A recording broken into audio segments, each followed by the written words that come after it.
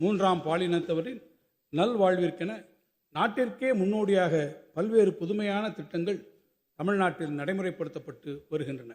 இவர்களின் சமூக பொருளாதார மேம்பாட்டினை உறுதி செய்து வாழ்க்கையில் வெற்றி பெற அவர்கள் உயர்கல்வி கற்பது இன்றியமையாததாகும்.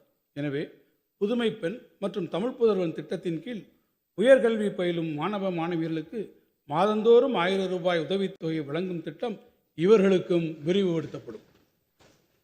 மூன்றாம் பாலினத்தவர்களுக்கு உரிய விழிப்புணர்வினையும் வேலைவாய்ப்புகளில் சம வாய்ப்பையும் வழங்குவதன் மூலமே அவர்களுடைய கண்ணியமான வாழ்வினை உறுதி செய்த முடியும் என்று இந்த அரசு உறுதியாக நம்புகிறது. இந்த உயர் நோக்கத்தினை முன்னிறுத்தி ஓர் முன்னோடி முயற்சியாக மூன்றாம் பாலினத்தவரை போக்குவரத்து மேலாண்மை, திருவிழா காலங்களில் கூட்ட நெரிசலை கட்டுப்படுத்தல் போன்ற பணிகளை மேற்கொள்ளும் வகையில் உரிய பயிற்சிகள் வழங்கி ஊர்காவல் படையில் ஈடுபடுத்திட திட்டமிடப்பட்டுள்ளது. இதன் முதற்கட்டமாக 50 மூன்றாம் பாலினத்தவர்களை கொண்டு சென்னை, தாம்பரம், ஆவடி மாநகரங்களில் இம்முன்னோடி திட்டம் செயல்படுத்தப்படும்.